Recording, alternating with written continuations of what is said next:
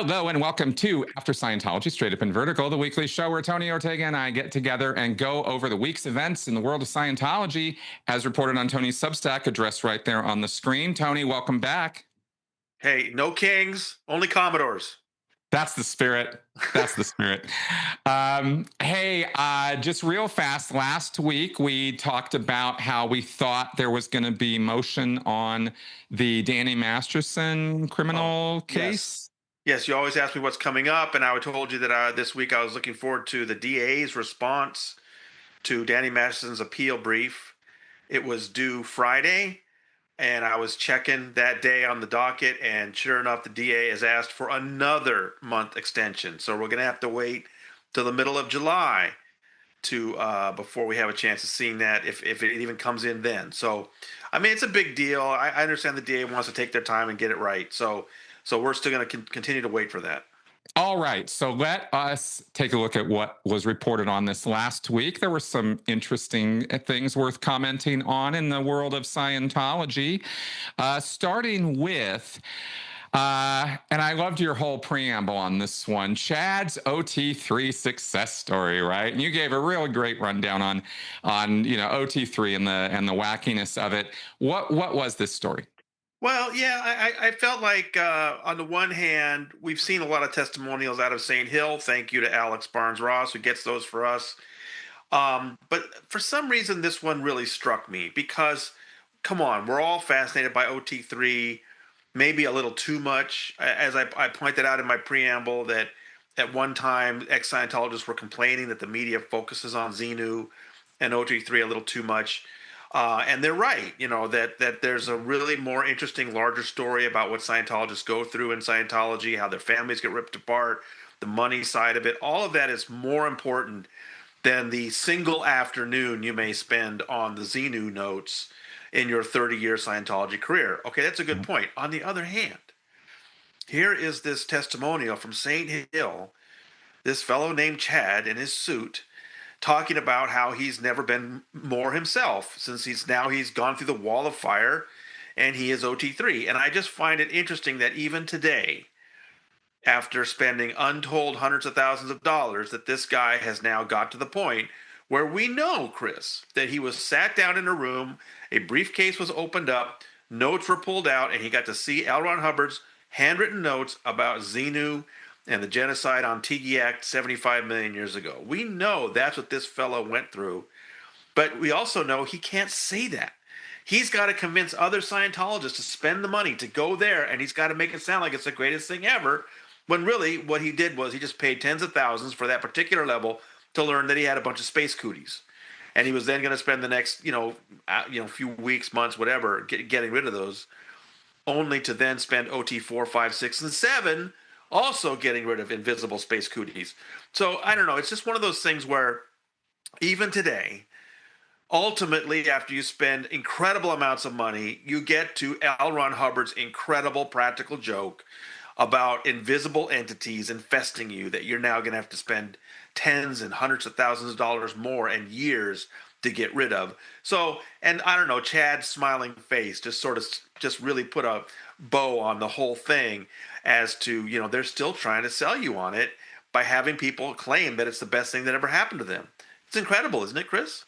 Oh, it is. It absolutely is. And more so for us, I think, than what there were a couple things that this really brought home or reminded me of. Because, I worked at the Advanced Organization of Los Angeles for a couple of years, and right on the line of people going on to the OT levels as well as selling them the OT levels. I did that. And there were some things about the levels that I was reminded of in reading Chad's success story that I thought the audience might find interesting, because we do ridicule Xenu a lot, and it's ridiculable, because it's a ridiculous story. But I was reminded harshly about two things. One, we know that OT 4, 5, 6, and 7 are all about body thetans. When you finish OT 3, you don't know anything about what's coming next. you think you're done. And Chad's Success related that. I'm finally free of the body, of these inhibitions or whatever that he was saying. No, you're not, Chad, but you don't know that yet.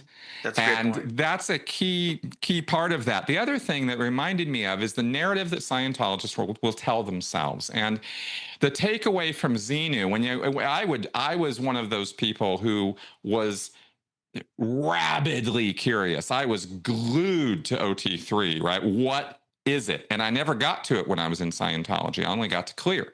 So every single person who did it, I would just sit them down and quiz them. And obviously, they're not going to tell me the Xenu shit.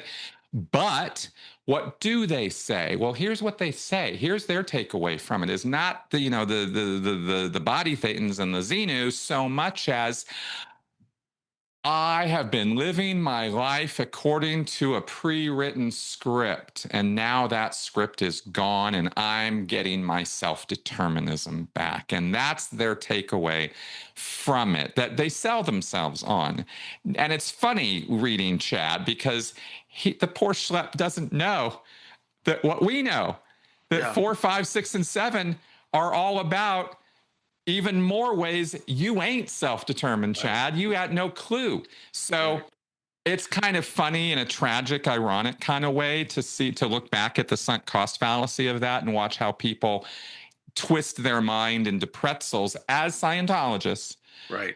to justify spending all that money. And I think another reason OT3 is a bit of a shock to the system, and Bruce Himes reminded me this is not the only time that this happens.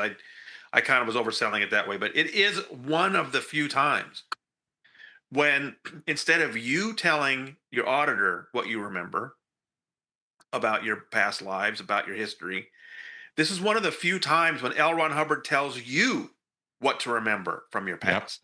Yep. Is that 75 million years ago you were part of this crazy thing on Tigiak? That's right. And it's a bit of a shock because, I think one of the appeals of Scientology for people when they first get in is this idea that it's all about you. That's why it appeals to narcissists so much, if you ask me. Huge. Right? It's all about you. What do you remember about, being born? What do you remember about previous lives on other planets? What do you and you can say something crazy like, you know what? I think I remember that I was the warrior overlord of a planet in rebellion. And the auditor can never say, "Oh, come on, that's silly." That's called invalidating, right? You're not allowed to invalidate the person. You just say, okay, that's what you remember. Great, that happened. Oh, meter reads, must have happened, right? So that's one of the things I know is kind of appealing about Scientology, is that nobody ever tells you you're wrong about that stuff, and you can remember whatever you want to. But then now Hubbard comes along and says, okay, well, this is what you need to remember. 75 million years ago, there was this crazy thing on Earth, and we're all dealing with the aftermath of it. That's right. So I try to explain to people though that, like, wow, that's crazy space opera. No, Scientologists have been dealing with crazy space opera the whole time. They're remembering all kinds of crazy things about their previous lives on other planets.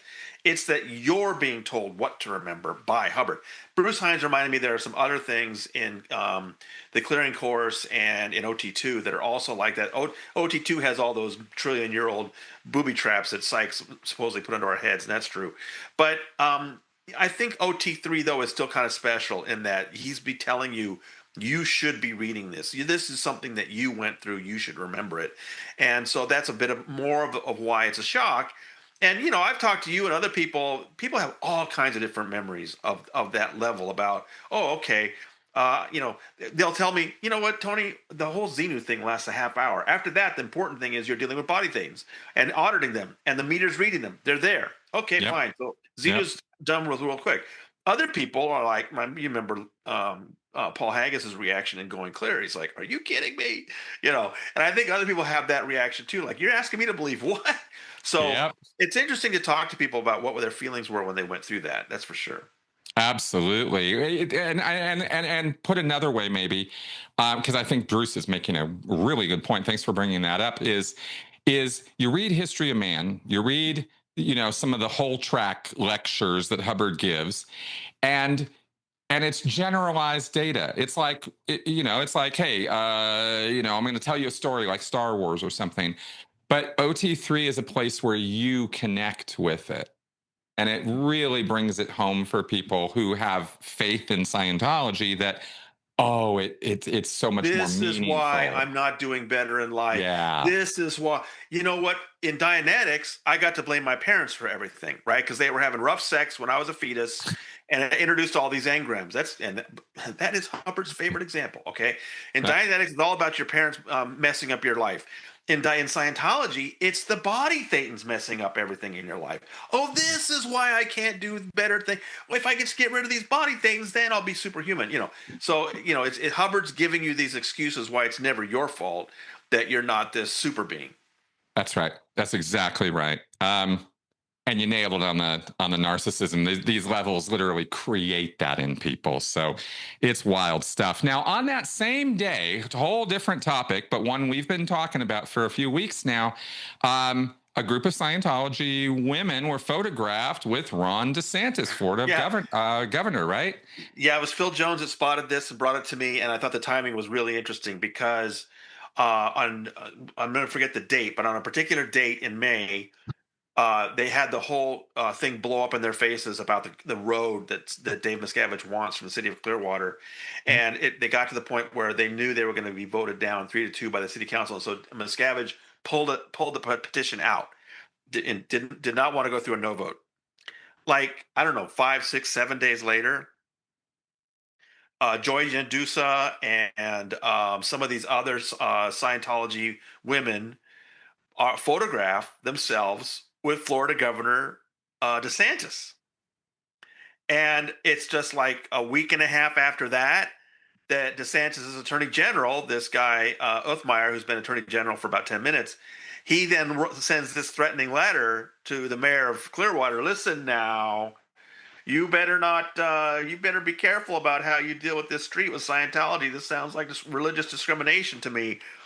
I'm not saying that this was the exact thing that caused that letter, but it shows you how Scientology is always trying to reach those state level and federal level people to have some influence. So here it is, just a few days after Miscavige has this embarrassing, terrible, setback. Some of his most loyal Florida Scientology women got to hang out with DeSantis. So this is what Scientology is always trying to do. They're always trying to get in with these state and federal level officials. Yep, big time. I could not connect those dots any better. I think that's exactly right. Now, speaking of bigwigs who have political sway, Trish Dugen, our woman of the hour, our latest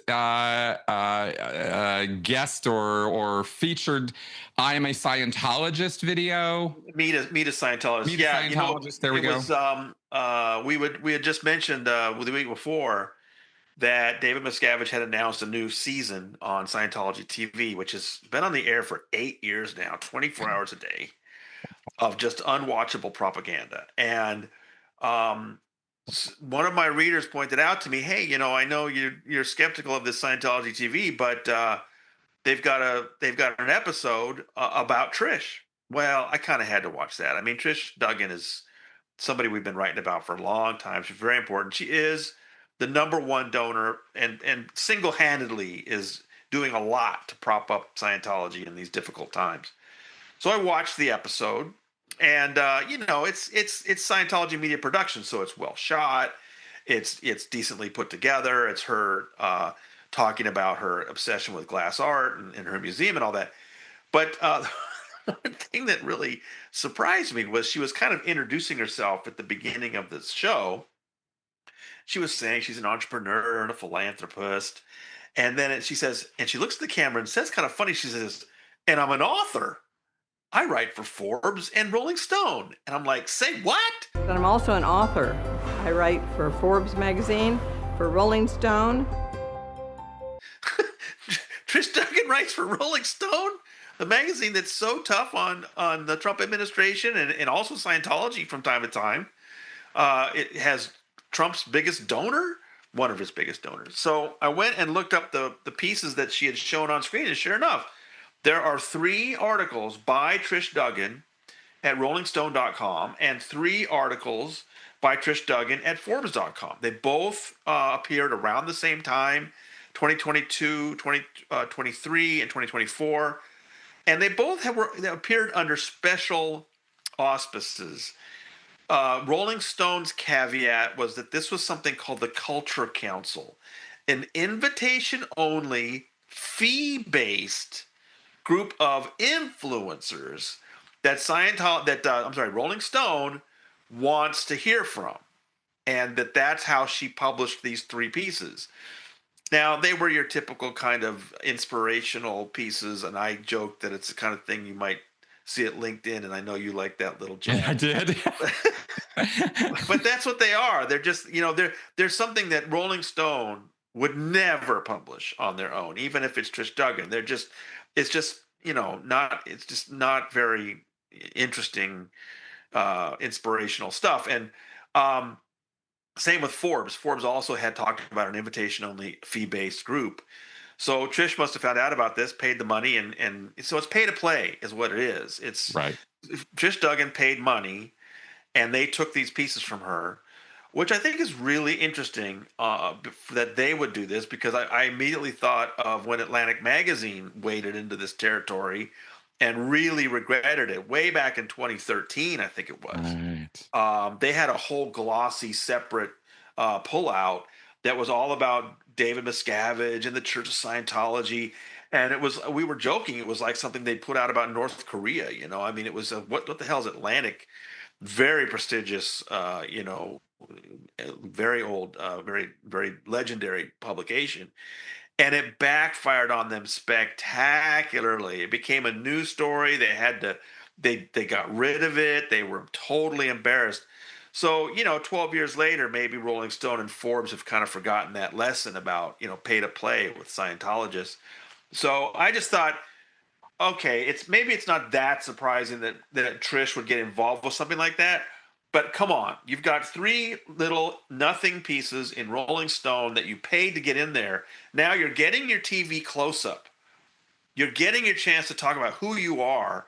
And she legitimately has a lot to say about being an entrepreneur, about her glass art, about her museum. And of course, the thing she doesn't say, which is that she's one of President Trump's biggest donors. She's now on the Kennedy Center board. None of that's in the show. But she looks at the camera and says, and I'm an author. And she says it in a way that's sort of like she knows that it's just kind of a joke.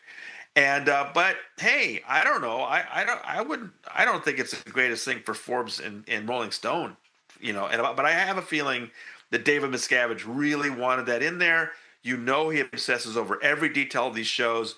And so I just thought it was worth pointing out that Scientology, I have no doubt, considers that a win, considers that a victory, that Trish has this piece in what they otherwise would consider, what do they call it? Merchants of chaos? Is that what right? Isn't that what the Elron Hubard called the press?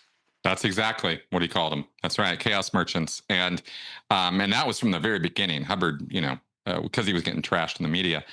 You kind of have to see this thing for yourself. I mean, it's the Meet a Scientologist campaign.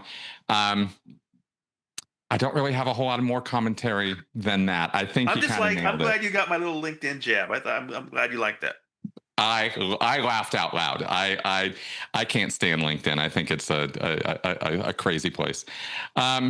Okay, let's move on here, because there was a very interesting thing. This is, if I understand this right, they have now opened a new LRH home in Phoenix, which is the second one, right, of their properties. Yeah, there. Yeah, they've got a couple in Phoenix now. We talked about this earlier, Chris, that at the Dianetics 75th anniversary celebration in Clearwater, Dave had talked about these 3 new places that they're opening up, that a branch of CST called Heritage Properties had bought these were places where Elron Hubard was living at some point. He was a renter, for example, in this house in Elizabeth, New Jersey in 1950 when Dianetics came out. So they bought that house. They have restored it to what they think it looked like in 1950. I kind of have a feeling it didn't look like that. But they're not mentioning that Ron was living there then with his second wife, Sarah Northrup, and their baby Alexis. Not a word about those 2. But that was in April.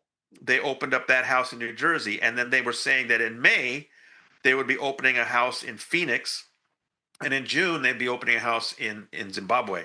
So I didn't know when in May they were going to open this house in Phoenix, but now we got the news. They opened on May 31st. It's on Osborne Road. There's already a Hubbard shrine on Camelback. This is on Osborne, and it looks like a nice house. And they've really dialed it up to the nth degree as far as the stuff they put. They've got a pith helmet in there, Chris. One of the Commodore's pith helmets is in there. Wow. But the Wow. thing that I wanted to get your thoughts on is what there. So this he was. I think he was at the Camelback house in like 52 or 53. Uh-huh. And then he was at the Osborne house apparently in 54. And so they're saying the big thing that happened while he was in the Osborne house was the unification of Dianetics and Scientology. Now, Yep. I know some Scientologists, they never hear the real news about this. The Hubbard had literally lost the use of the word Dianetics after, he had this big year in 1950 when the book came out. He had all these clubs and foundations. 1951 was just a nightmare year for him when his marriage with Sarah broke up and she went public. He absconded to Cuba at one point. Dianetics went bankrupt. He couldn't use the word Dianetics. He was gradually making his way back until 52, 53. He had made his way to Phoenix and he started this new thing. He had to come up with a new name for it. So that's why he came up with Scientology. By 54, he had gotten the rights to Dianetics back. And so now he announced this unification of the two, Yep. which Scientology is acting like is this huge deal. And that he was in this house when that happened. So one of the pictures I put up was they have this room they call the unification room, where they've got all these documents and frames and stuff. I mean, I'll admit it. I'd love to go in there and read those things on the wall and see what they're all about. I mean, I don't think you and I would ever be allowed in the place, but that's certainly a room I'd like to spend some time in. What about you? Oh, well, absolutely, because this is their effort to, I mean, another thing that occurred to me about, how to talk about these houses and these properties is it puts into the real world in a place you can touch and feel and smell this history they have created of Hubbard, which is just total nonsense. The church's history of him is that Hubbard was this anyway. It's always the most positive light, and there are so many nonsensical things that they assert.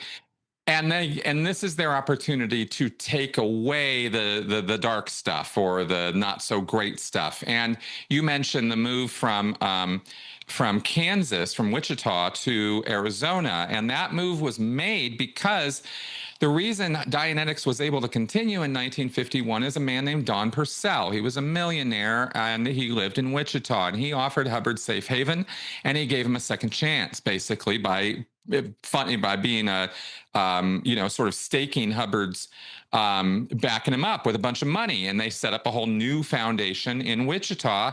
Remember a few weeks ago, we talked about how they had to hightail it out of New Jersey. That's where they went, Wichita. And Don Purcell's the reason that it survived. But what did Hubbard do? He screwed Purcell over and took off out of Wichita. But Purcell had the rights. And that's why Hubbard lost Dianetics.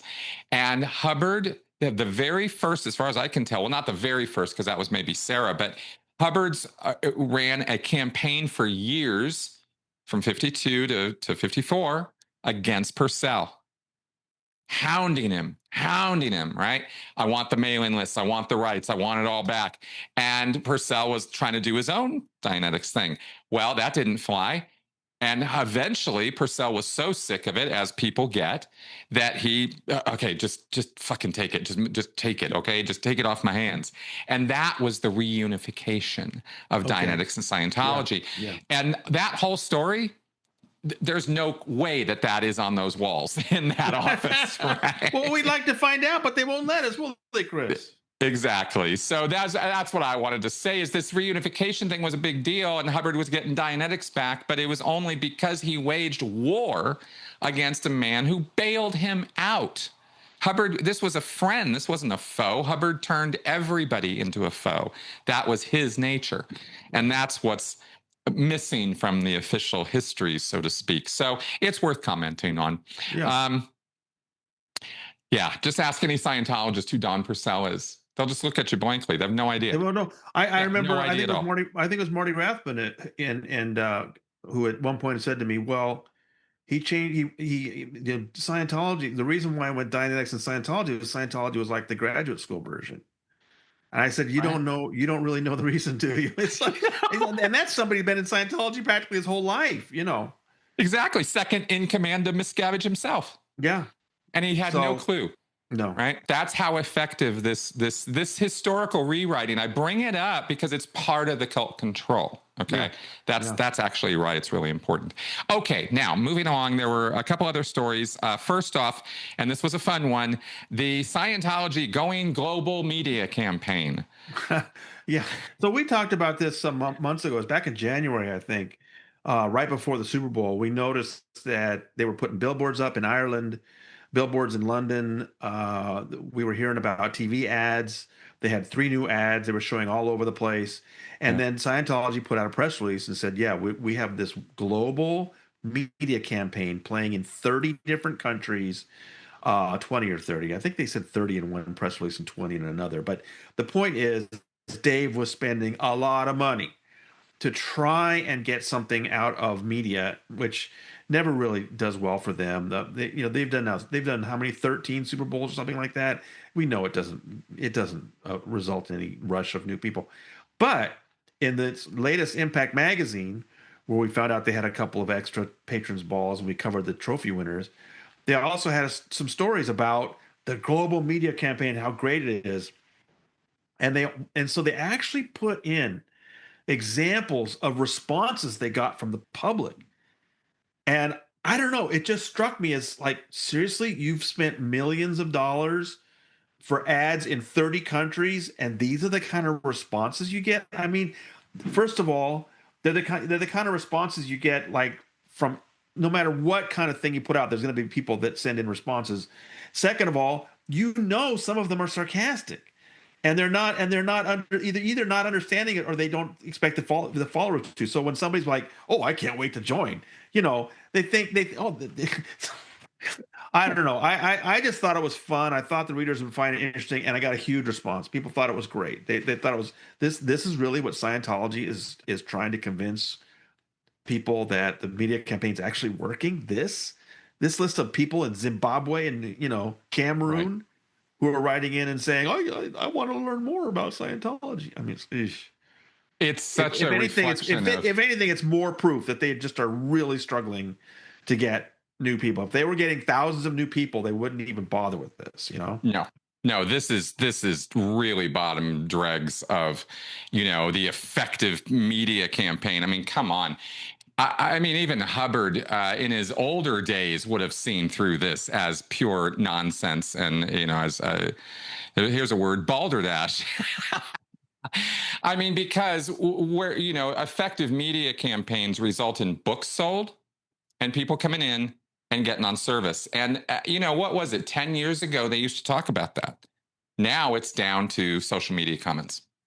So I think you're absolutely right. I think you're nailing it. That this is Miscavige is, and he himself is probably going to think this way, by the way, which is why he doesn't want to spend a lot of money on this stuff. This is bare minimum. I'll remind everybody, I said that before, that I think in terms of investure of money for the position Scientology's in, if they really wanted to overcome the toxic identity that they have, this is not anywhere near what they need to be doing. Miscavige knows the real numbers. He knows how tough it is for them to get new people now because of the internet and the bad press.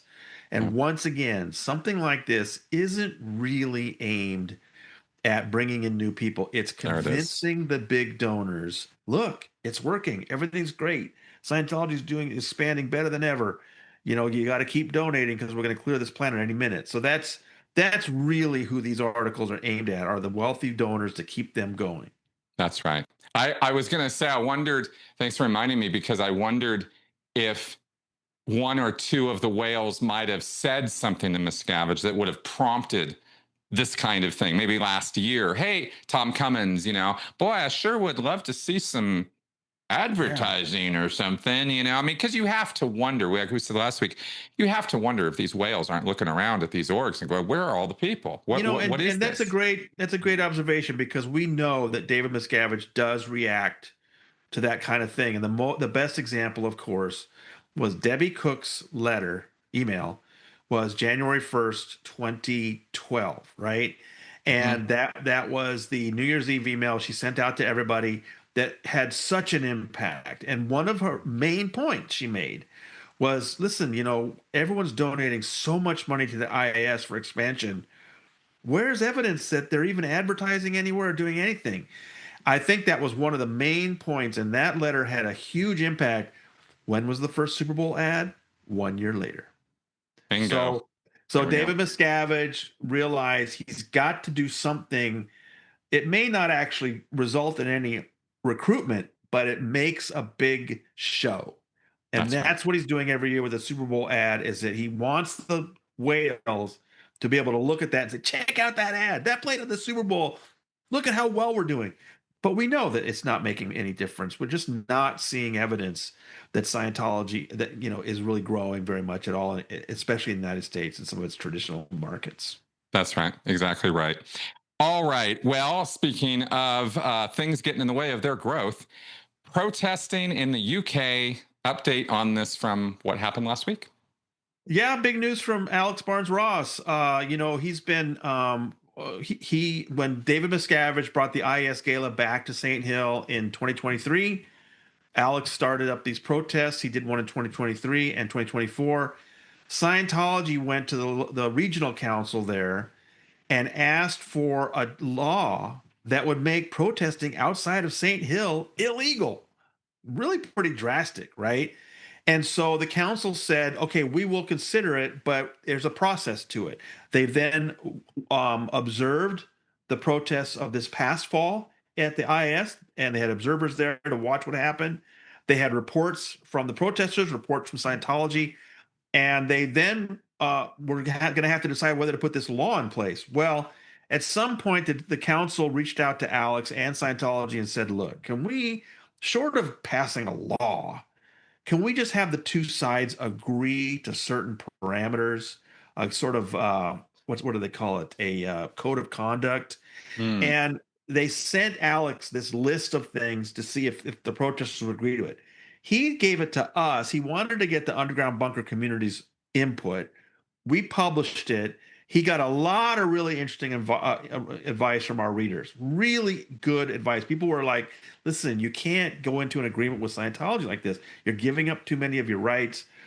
Alex really took that to heart.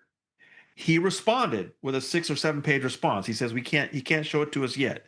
But he then got a response from the council that he did allow us to show people, saying that they agreed and backed off on and tempered some of these rules. That, like, for example, they were asking the protesters not to film anything when we know Scientology's got cameras already installed everywhere. It just wasn't fair. So that's the kind of thing that Alex was pushing back on.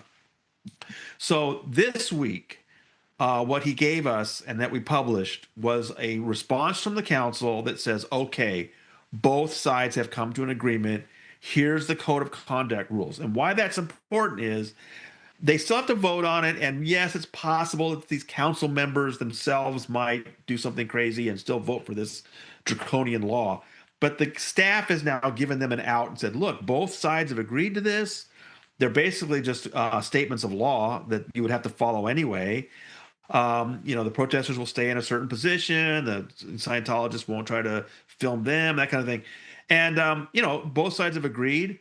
And now that they can show this to the council, and the council will not have to pass that draconian law. So I just think it shows a lot that Alex has worked very hard over months and months on this, and they've landed this really good agreement that allows them to do a very meaningful protest in the way they want to, and Scientology can't really do anything about it. They can't stop them. I think it's a great win for Alex.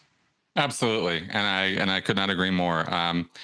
I guess we'll see what happens as far as the council, but based on what we've been talking about and hearing from them, I think it appears from that they're going to be more than happy to have this problem off their plate and move on. Yeah, because you've got an agreement that both sides have said is okay. Why would you then want to mess with that by passing this draconian law that would be really bad and may result in lawsuits and that kind of thing? I mean, Scientology may still end up suing. Who knows? They sue about everything.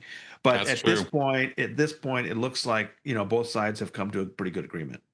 Cool. All right, good. Well, I guess we'll be seeing some more protests outside St. Hill. All right, folks. Well, those were our stories for this week to talk about. Tony, any sort of what's coming up? Yeah, I've got various things I'm working on, but they're going to take a while. All right, fair enough. Well, we'll see what comes out this next week, folks.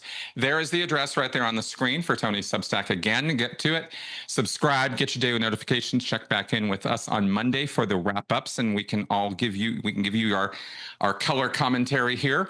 We always have fun doing this, and we very much appreciate your viewership. And please do share the show, get it around, like it, all that, give it the YouTube love. So maybe some people who aren't aware of this can become aware of it. I think the more eyes we have on this stuff, the more effective our fighting back against them will be.